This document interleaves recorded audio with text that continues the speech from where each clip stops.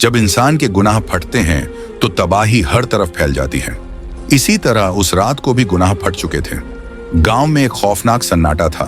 हर तरफ हाहाकार मचा हुआ था। लोग अपने घरों में दुब के बैठे थे, दरवाजे बंद थे, मगर खौफ कम होने का नाम नहीं ले रहा था। जिन्नात का कहर उस गांव पर टूट चुका था। अंधेरे में छुपे साएं, सरगोशियां और तेज चलती हवाएं एक कयामत का मंजर पेश कर रही थीं। ये वही गांव था जिसने परसरार जोगी सांपों वाले बाबा के साथ वो नाजिबा हरकत की जो कोई सोच भी नहीं सकता था। उसकी काले धब्बों वाली अंधी लड़की से गंदी हरकत की गई और अब वही जुल्म उनके अपने सिरों पर अजाब बनकर नाजिल हो चुका था। लेकिन यह अजाब से भी बढ़कर था। जो भी बाहर निकलता बस एक चीख सुनाई देती और वह गायब हो जाता। गांव में दहशत की एक लहर दौड़ चुकी थी। किसी को कुछ समझ नहीं आ रहा था कि आखिर यह सब हो क्या रहा है। चौधरी की हवेली के बड़े दरवाजे पर परसरार निशान नुमायां थे। अंदर चौधरी खुद भी कांप रहा था।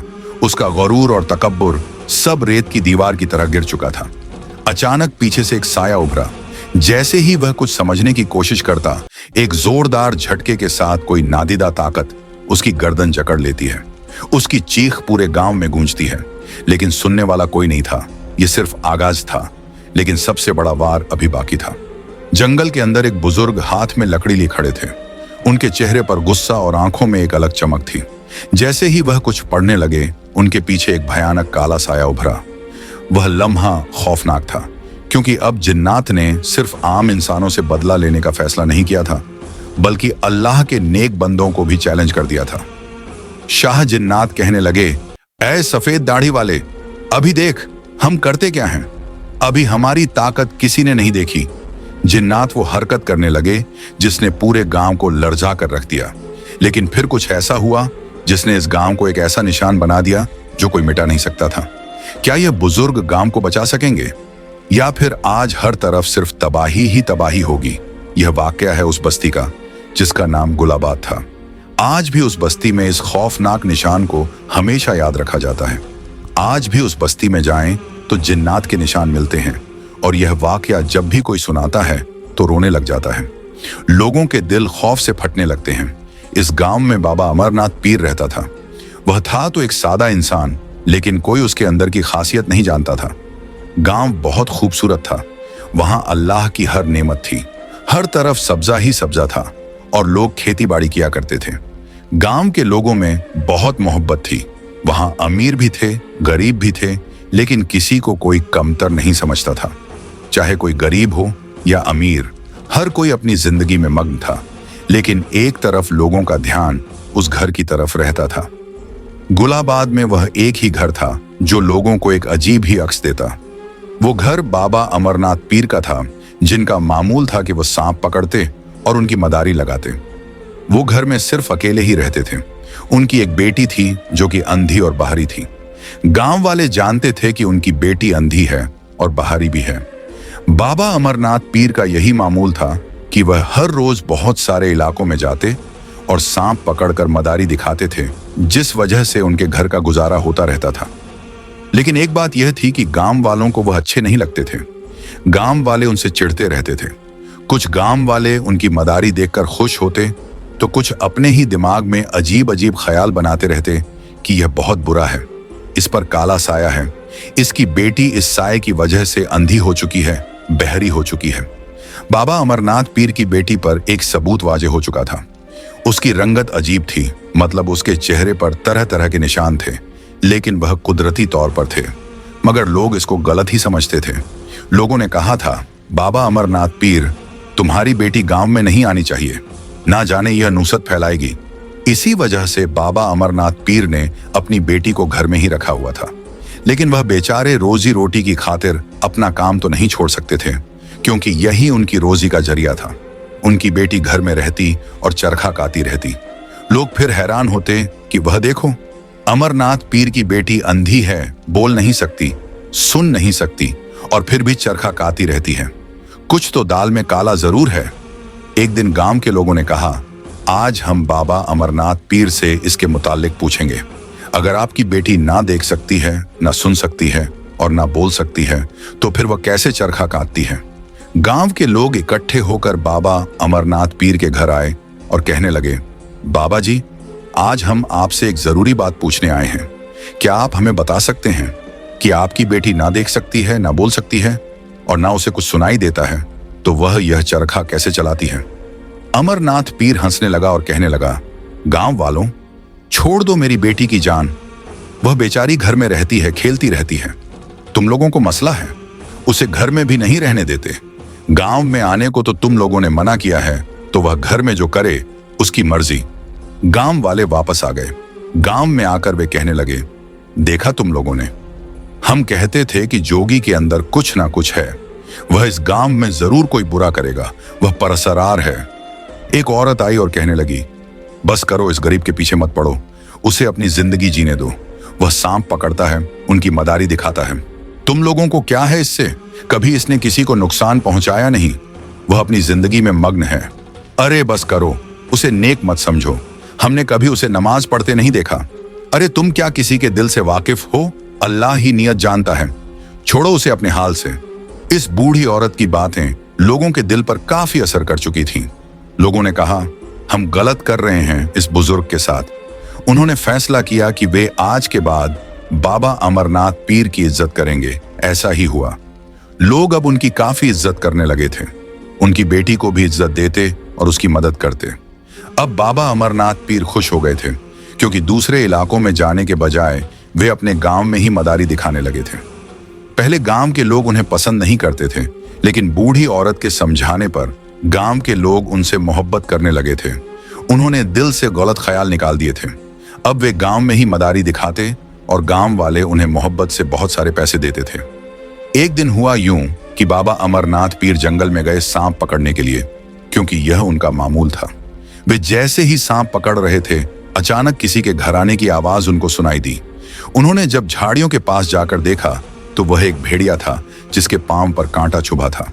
बाबा अमरनाथ पीर डरने वाले नहीं थे। वे उसके पास गए और उसके पंजे से कांटा निकाल दिया। लेकिन यह क्या, जब बाबा अमरनाथ पीर घर आने लगे तो वह भेड़िया उनके पीछे चलने लगा। उन्होंने उसे रोकने की बहुत कोशिश की, लेकिन नहीं, वह उनके पीछे आना चाहता था। वे मुस्कुरा पड़े और कहने लगे, ए जंगली बादशाह, क्या है तुम्हें मुझसे? मैंने तेरी मदद की और तुम मुझे ही काटने आ रहे हो? लेकिन उसकी नजरों में मोहब्बत थी। वह उनको देखे जा रहा था। उसका जी चाहता था कि वह भी उनके साथ जाए। बाबा अमरनाथ पीर बहुत नरम दिल के थे। वे उस भेड़िए के पास जाते हैं और उससे प्यार करते हैं तो भेड़िया भी पूंछ हिलाने लगता है। वे समझ चुके थे कि वह उनके साथ जाना चाहता है और इस जंगल में उसका अपना कोई नहीं है। वे इस काले भेड़िए को लेकर गांव की तरफ आ चुके थे। गांव के लोगों ने जब देखा कि बाबा अमरनाथ पीर आज सांपों के साथ साथ जंगल से एक काला भेड़िया भी लेकर आ रहे हैं, तो वे डर गए। कहने लगे, वो देखो, अमरनाथ पीर के काम देखो, आज जंगल से यह क्या बला लेकर आ रहा है।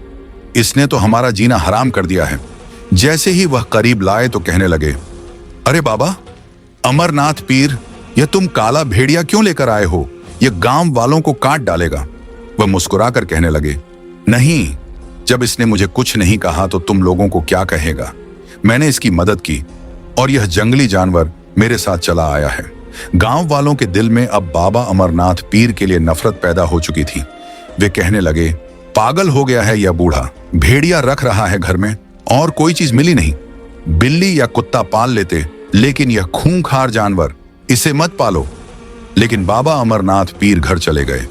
घर जाकर देखा तो उनकी बेटी चरखा कात रही थी, क्योंकि वह लगातार यही काम करती रहती थी। देखने वालों को वह एक रहस्यमय लड़की लगती थी, लेकिन हकीकत में वह ऐसी बिल्कुल नहीं थी। अब उनके घर में जहां 2 लोग थे, अब तीसरा भेड़िया भी उनके घर का हिस्सा था। अमरनाथ पीर इस भेड़िए का बहुत ख्याल रखते और उसे घर में बंद करके रखते, ताकि गांव में ना चला जाए और किसी को नुकसान ना पहुंचा दे। लेकिन वह भेड़िया भी बहुत सहमा सहमा रहता था। लगता नहीं था कि कोई जंगली जानवर है। एक दिन बाबा अमरनाथ पीर अपनी बेटी से ऊंची आवाज में कहते हैं, बेटी, मैं जा रहा हूं। तुम्हारी हिफाजत के लिए अल्लाह ने मुझे एक जानवर दिया है, यह तुम्हारे पास रहेगा। वह भेड़िया भी बहुत वफादार था, हर वक्त उनके आसपास ही रहता था। एक दिन बाबा अमरनाथ पीर गांव में मदारी दिखाने गए। गांव के लोग इकट्ठे हो चुके थे। वो उनके सांपों की मदारी देखकर बहुत खुश हो रहे थे। बाबा अमरनाथ पीर बीन बजाए जा रहे थे और सांप नाच रहे थे। वहीं पर एक हसीन लड़की आई। जब उसने बाबा अमरनाथ पीर को सांपों की मदारी लगाते देखा तो कहने लगी, ए बुजुर्ग, आप कौन हो? मैंने आपको पहले कभी नहीं देखा और यह सांप कितने खूबसूरत हैं। गांव वाले कहने लगे, ये बाबा अमरनाथ पीर हैं। जंगल के पास इनकी एक झोपड़ी है और यह उसमें रहते हैं। इनकी एक बेटी है, वह अंधी है और यह मदारी दिखाकर ही अपना घर चलाते हैं। वो लड़की बहुत रहम दिल थी, कहने लगी, बाबा, मैं अभी आपको बहुत सारे पैसे दूंगी। मैं गांव के चौधरी की बेटी हूं। उसने बाबा अमरनाथ पीर को बहुत सारे पैसे दिए। बाबा बहुत खुश हुए और उसे दुआएं देने लगे। बेटी, अल्लाह तुम्हें हंसता बसता रखे। वो लड़की सच में बहुत नरम दिल थी। उसके दिल में ख्याल जाग उठा। कहने लगी, बाबा, मैं आपके घर आना चाहती हूँ और आपकी बेटी से मिलना चाहती हूँ। बाबा अमरनाथ पीर कहने लगे, बेटी, मुझे पता है लोग मेरी हालत देखकर मुझ पर रहम तो करते हैं, लेकिन जब वह मेरी बेटी को देखते हैं तो मुझसे नफरत करने लगते हैं और मैं नहीं चाहता कि तुम्हारी यह मोहब्बत मेरे लिए नफरत बन जाए। इसीलिए बेटी, तुम मत आओ। लेकिन लड़की कहने लगी, मैं ऐसी नहीं हूं बाबा जो आप समझ रहे हैं। भला मैं आपसे नफरत क्यों करूंगी? इस तरह वो लड़की बाबा अमरनाथ पीर के साथ उनके घर आ गई। वो चौधरी की बेटी थी। जब उसने झोपड़ी में कदम रखा तो देखा कि बाबा अमरनाथ पीर की बेटी सच में बदसूरत थी। जिस्म पर काले निशान थे और वह चरखा काट रही थी। हुले से वह वाकई रहस्यमय लगती थी, लेकिन उसकी हालत ही ऐसी थी। पास ही एक काला भेड़िया बैठा था। लड़की देखकर डर गई, कहने लगी, बाबा, यह भेड़िया मुझे काटेगा तो नहीं? बुजुर्ग हंसने लगे, कहने लगे, नहीं बेटी, तुम्हें कुछ भी नहीं कहेगा। वो लड़की बहुत नरम मिजाज थी। बाबा अमरनाथ पीर की बेटी को देखकर उसे बहुत दुख हुआ। उसकी आंखों में आंसू आ गए और वो उसे प्यार करने लगी। ए मेरी बहन, तुम गमजदा मत हो। मैं तुम्हारे साथ खेलूंगी, मैं तुम्हारी सहेली बन जाऊंगी। बाबा अमरनाथ पीर यह देखकर उनकी आंखों में भी आंसू आ गए। उन्हें यकीन नहीं हो रहा था कि एक अमीर चौधरी की बेटी इतनी रहमदिल कैसे हो सकती है। वो रोते हुए आए और कहने लगे, बेटी, मत करो ऐसा। पूरा गांव मेरी बेटी को न जाने क्या क्या समझता है। लोग मुझसे भी नफरत करते हैं। अगर तुम्हारे बाप को पता चला तो वह तुम्हें जरूर मारेगा और मैं नहीं चाहता कि हमारी वजह से तुम्हें कोई तकलीफ पहुंचे। तुम्हारी यह भी बहुत बड़ी मेहरबानी है कि तुमने हमारी मदद की। तुम जा सकती हो। वह लड़की कहने लगी, बाबा, मैं किसी से नहीं डरती, सिर्फ अल्लाह से डरती हूं। लोग जो कहते हैं उन्हें कहने दो। इस तरह चौधरी की बेटी, जिसका नाम सना था, अब बाबा अमरनाथ की बेटी के साथ खेलने उनके घर आया करती थी। मामला तब तक तो ठीक था जब तक चौधरी को इस बारे में पता नहीं चला था। जैसे ही गांव वालों ने देखा कि चौधरी की बेटी सना हर रोज अमरनाथ के घर जा रही है और उसकी अंधी बेटी से खेल रही है, जिसे वह मनहूस समझते थे, तो वह कहने लगे, अरे देखो तो सही, लड़की कितनी पागल हो गई है। इस अंधी और खौफनाक लड़की के साथ खेलती है। गांव वालों ने फैसला कर लिया कि उन्हें चौधरी को बताना होगा। जल्दी जाओ, चौधरी को बताओ, कहीं उसकी बेटी पर भी कोई साया ना हो जाए। ना जाने यह लड़की कितनी रहस्यमयी है, अंधी है और फिर भी चरखा काती रहती है। यह सब कुछ ठीक नहीं लग रहा। गांव वाले दौड़ पड़े और अब चौधरी को बताने वाले थे। हाँ चौधरी साहब, आपकी बेटी सन्ना उस अमरनाथ पीर के घर जाती है और हर रोज उसकी बेटी से खेलती है। आपको तो इसके बारे में खूब पता है, बताने की जरूरत नहीं। चौधरी गुस्से से लाल हुआ। वैसे भी चौधरी एक सख्त मिजाज और घमंडी इंसान था। गुस्से से फट पड़ा, अरे मेरी बेटी की इतनी मजाल, उसने मुझे बताया तक नहीं और उस प्रासर व्यक्ति के घर चली गई। जैसे ही सना बाबा अमरनाथ के घर से होकर आई तो आगे से देखा कि उसका बाप गुस्से से लाल है। आते ही उसके मुंह पर थप्पड़ मारता है। मेरे पूछे बिना तुम उसके घर क्यों गई? तुम जानती हो उसके बारे में पूरा गांव डरता है, हर कोई उससे नफरत करता है और तुम उसके साथ खेलने चली गई। सना रोने लगी और रोते रोते अपने कमरे में चली गई। वह सोचती रही कि ना जाने लोग उससे नफरत क्यों करते हैं, क्योंकि उसे अब तक कोई ऐसी चीज नजर नहीं आई थी जो लोगों के गुमान में थी। वह तो एक आम इंसान था और पैदाइशी उसकी बेटी ऐसी थी। लोगों की नफरत ही उनको इस मुकाम तक लाई थी। लेकिन सना भी बाज नहीं आ रही थी। वह हर बार उसके घर जाती। चौधरी अब तंग आ चुका था। लोग कहने लगे, चौधरी साहब, आप अपनी बेटी की किस्मत खराब करेंगे। चौधरी ने जब देखा कि बेटी उसके काबू से बाहर हो चुकी है और फिर भी उसके घर जाती है, तो उसने कहा, मैं आज अमरनाथ पीर से खुद बात करूंगा। शाम को वह उसके घर जाता है और कहता है, बूढ़े शख्स संभल जाओ, मेरी बेटी को अपने घर मत बुलाया करो। मैं नहीं चाहता कि तुम्हारी बेटी की गंदी नहुसत का साया भी मेरी बेटी पर पड़े। बाबा अमरनाथ पीर की आंखों में आंसू आ जाते हैं। कहने लगे, ये आप कैसी बातें कर रहे हैं? वे बच्चियां हैं, अगर मेरी बेटी के पास आ जाती हैं तो इसमें बुराई क्या है? वह अपनी मर्जी से आई थी, मैंने उसे मना भी किया था, लेकिन सना रुकने वाली नहीं थी। वह हर एक को पीछे रखकर उसके घर आती रही। यह सिलसिला ऐसे ही जारी रहा। एक दिन चौधरी का एक नौकर कहने लगा, चौधरी साहब, मेरे पास एक हल है। इस पीर से हमेशा के लिए पीछा छुड़ाएं। इस गांव से यह नहुसत हमेशा के लिए जाए और इसकी बेटी भी। चौधरी कहने लगा, हाँ, कोई हल बताओ मुझे। मैं भी चाहता हूं कि जितनी जल्दी हो यह गंदगी इस गांव से दूर चली जाए और दोबारा इसका साया भी इस गांव में ना पड़े। चौधरी कुछ लोगों के साथ मिलकर एक मंसूबा बनाता है। एक रात जब बाबा अमरनाथ पीर अपने घर नहीं थे, क्योंकि वह भी उनके मंसूबे का हिस्सा था, घर बिल्कुल अकेला था। उनका भेड़िया उनकी बेटी के पास बैठा था। रात हो चुकी थी। मंसूबे के मुताबिक लोग उनके घर घुसे और वह हरकत की जो खुदा किसी को ना दिखाए। जब सुबह हुई तो बाबा अमरनाथ पीर घर आ चुके थे, क्योंकि वह काम के सिलसिले में सफर पर गए थे। घर आए तो घर में कोई नहीं था। उनकी बेटी भी मौजूद नहीं थी और भेड़िया भी। लेकिन एक निशानी थी जिसने उनके दिल को लर्जा कर रख दिया। उनकी बेटी का चरखा टूट चुका था। उसके टुकड़े टुकड़े हो गए थे और पूरे आंगन में बिखरे पड़े थे। ये देखते ही उनके पैरों तले जमीन निकल गई और कहने लगे, ए मेरी बेटी, कहाँ हो तुम? कहाँ चली गई हो तुम? लेकिन वह पूरे घर में देखते हैं, उनकी बेटी का कहीं नामो निशान नहीं मिलता और वह भेड़िया भी नहीं होता। गांव के लोग इकट्ठा हो चुके थे। रोने धोने का क्या फायदा? मना किया था ना कि वह जंगली जानवर मत पालो। ये सब उसी ने किया है। हमने आवाजें सुनी हैं, डर की वजह से हम भी नहीं आ सकते थे तुम्हारे घर। वही तुम्हारी बेटी को खा गया है। तुम तो बन लो बड़े सखी सरवर। देखा नादान की दोस्ती भारी पड़ती है और तुमने समझा कि हम तुम्हारे दुश्मन हैं। बाबा अमरनाथ पीर लोगों की बातों को नहीं समझ रहे थे। कहने लगे, वह भेड़िया है, यह गद्दारी नहीं कर सकता, कभी भी नहीं कर सकता। लोग कहने लगे, तुम बहुत ढीठ इंसान हो। इतना जुल्म होने के बाद भी तुम मानने पर तैयार नहीं हो। तुम्हारी बेटी को वह खा गया है। यह कहकर गांव वाले वहां से चले गए। लेकिन बाबा अमरनाथ पीर रोने लगे और आसमान की तरफ देखकर कहने लगे, ए अल्लाह, मैंने कभी किसी का बुरा नहीं चाहा। मेरी बेटी कहाँ चली गई? वह रोने लगे। उनको बहुत दुख हो रहा था। इस दौरान उनके ऊपर दुख का पहाड़ टूट पड़ा था। वह पूरी रात रोते रहे। वह अब अपने घर से नहीं निकलते थे। कुछ दिन ही हुए थे कि उनका यही गम उन्हें अंदर ही अंदर खा चुका था और वह इस दुनिया ए फानी से कूच कर गए। उनकी मौत से लोगों को कोई फर्क नहीं पड़ा, क्योंकि सिर्फ चौधरी ऐसा नहीं था, बल्कि इस गांव के लोग भी पत्थर दिल थे। लेकिन सना अपने कमरे में बंद हो चुकी थी और रोए जा रही थी। उसकी मां कहने लगी, बिटिया रानी, मत रो। अम्मी, आपको पता चला? बाबा अमरनाथ पीर मर चुके हैं और उनकी बेटी और उनका भेड़िया भी मर चुका है। ना जाने वे तो गायब ही हो गए। इसी दौरान चौधरी आया।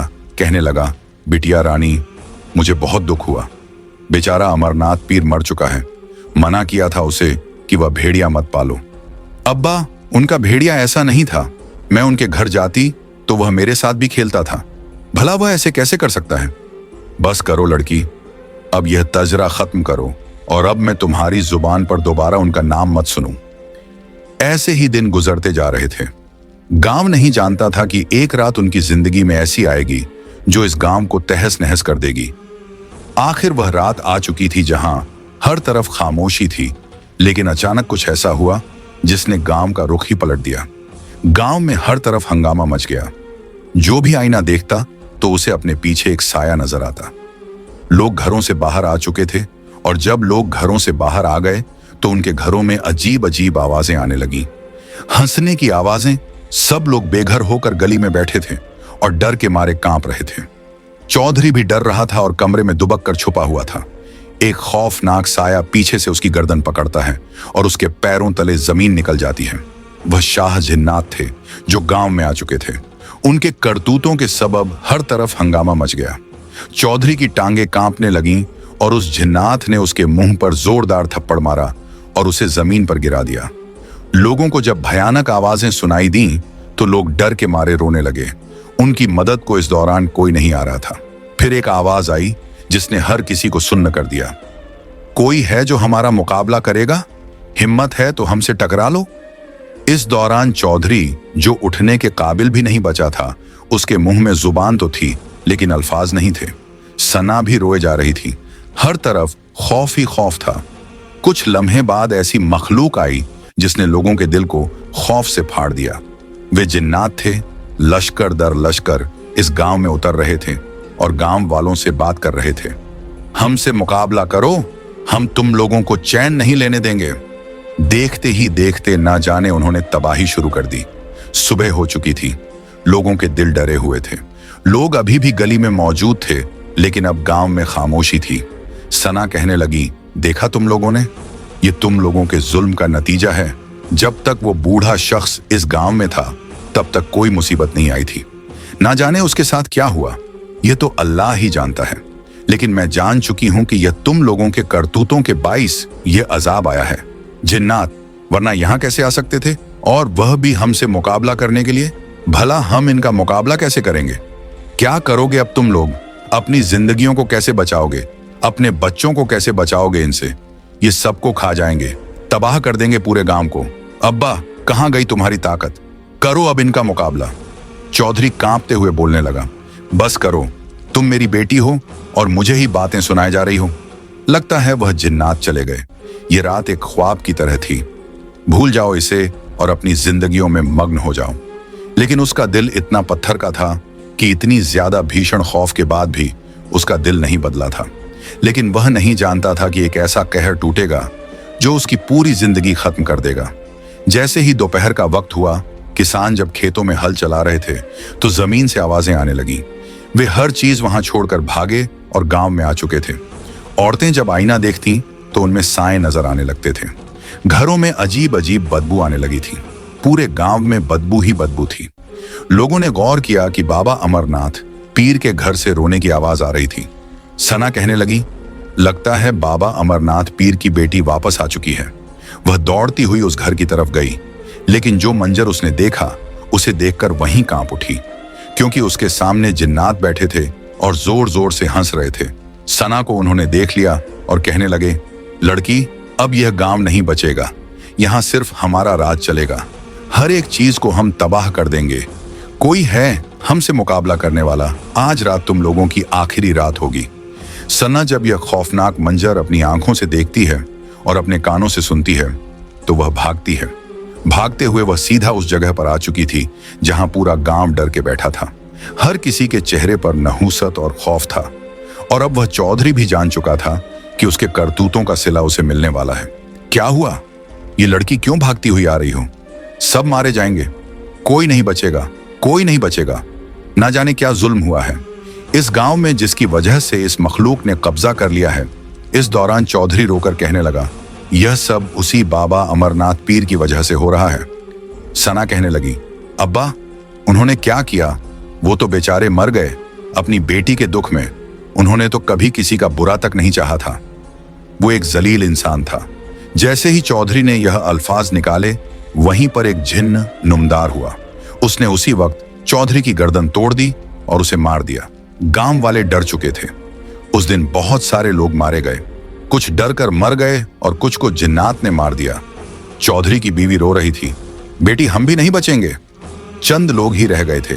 सना कहने लगी, अम्मी, हमने कुछ नहीं किया। हमें उस जुर्म की सजा क्यों मिल रही है जो हमने किया ही नहीं? ए शाह जिन्नात, हम लोगों ने क्या गुनाह किया? तुम लोग बेवजह हमें क्यों मार रहे हो? अल्लाह के वास्ते मत मारो हमें। वो हंसने लगा। उसकी हंसी हंसी नहीं बल्कि एक भयानक आवाज थी। इसी तरह हंसता जा रहा था और गांव के लोगों के दिल खौफ से फटते जा रहे थे। वक्त तो दिन का था, लेकिन लग रहा था कि भीषण रात हो चुकी है। हर तरफ डर के मारे अंधेरा ही अंधेरा था। वो जिन्न बोलने लगा, ये गांव घमंड से भर चुका था। यहाँ इंसानियत नहीं थी। हम तो बरसों से यहीं रहते थे और इसी घर में रहते थे, लेकिन हमने आज तक किसी को नुकसान नहीं पहुंचाया। लेकिन तुम लोगों ने उस शख्स को तकलीफ दी जो बहुत ही रहमदिल था, जो इंसान तो दूर जानवरों की भी मदद करता था। बाबा अमरनाथ पीर। हम उसी के घर में रहते थे उसकी बेटी जो मासूम थी, उसने क्या बिगाड़ा था तुम लोगों का? उसे नाहक मारा गया और उस रात उसके साथ जो किया गया वह हम देख रहे थे। इसीलिए अब तुम लोगों को कोई नहीं बचा सकता। सना रोकर कहने लगी, हमने उसे नहीं मारा, वो तो खुद मरे हैं और उनकी बेटी भी गायब हो चुकी है। जिन्न चीख कर बोला, ए लड़की, खामोश हो जाओ। उस दिन वो गायब नहीं हुई थी। तेरा बाप और उसके साथी, हम बता नहीं सकते उस रात क्या हुआ। वो तो तुम लोगों के हक में दुआ करती थी, लेकिन तुम लोग हद से गुजर गए। अब खुद को बचाओ हमारे जुल्म से। वो गुस्से के साथ दहाड़ने लगे, जैसे कि जमीन भी कांप रही हो। अचानक चौधरी के घर के बड़े दरवाजे पर अजीब अजीब निशान नुमदार हो गए। उस वक्त सना जान चुकी थी कि अब इस गांव का अंजाम बहुत बुरा होगा। उसके बाप ने ही बाबा अमरनाथ पीर की बेटी को मारा था और उस भेड़िए को भी। उसका बाप तो अपने अंजाम को पहुंच चुका था। अब गांव के कुछ लोग ही बाकी थे, लेकिन सना फिर भी अल्लाह से दुआ किए जा रही थी। धीरे धीरे जिन्नात उनके करीब आते जा रहे थे। कुछ फासला ही बचा था कि दूर से एक आवाज आई, रुक जाओ ये शाहे जिन्नात, इनको कुछ मत करना वरना वहीं जलकर राख हो जाओगे। वो एक बुजुर्ग थे जिनके हाथ में लाठी थी, सादा सी पोशाक पहने हुए, सफेद दाढ़ी और नूरानी चेहरा। जिन्नात उन्हें देखते ही रुक गए और कहने लगे, इस सफेद दाढ़ी वाले बुजुर्ग, कौन हो तुम? करने दो इनका खात्मा हमको, यह इसी काबिल हैं। हमारे रास्ते में तुम मत आओ। बुजुर्ग कहने लगे, तुमने सुना नहीं मैंने क्या कहा? मत मारो इनको। ऐ बूढ़े शख्स, हमारे रास्ते में मत आओ। यह लोग इस काबिल नहीं कि इनको ऐसे ही छोड़ दिया जाए। इनके अंदर इंसानियत नहीं। हमने इनके जुल्म को अपनी आंखों से देखा है। हम इनको कैसे छोड़ सकते हैं? इनके अंदर एहसास नहीं, सिर्फ घमंड छिपा है और हम बर्दाश्त नहीं कर सकते। बरसों से हम इसी गांव में हैं, लेकिन आज तक हमने किसी को कुछ नहीं कहा। यह गांव धीरे धीरे जालिम हो गया है।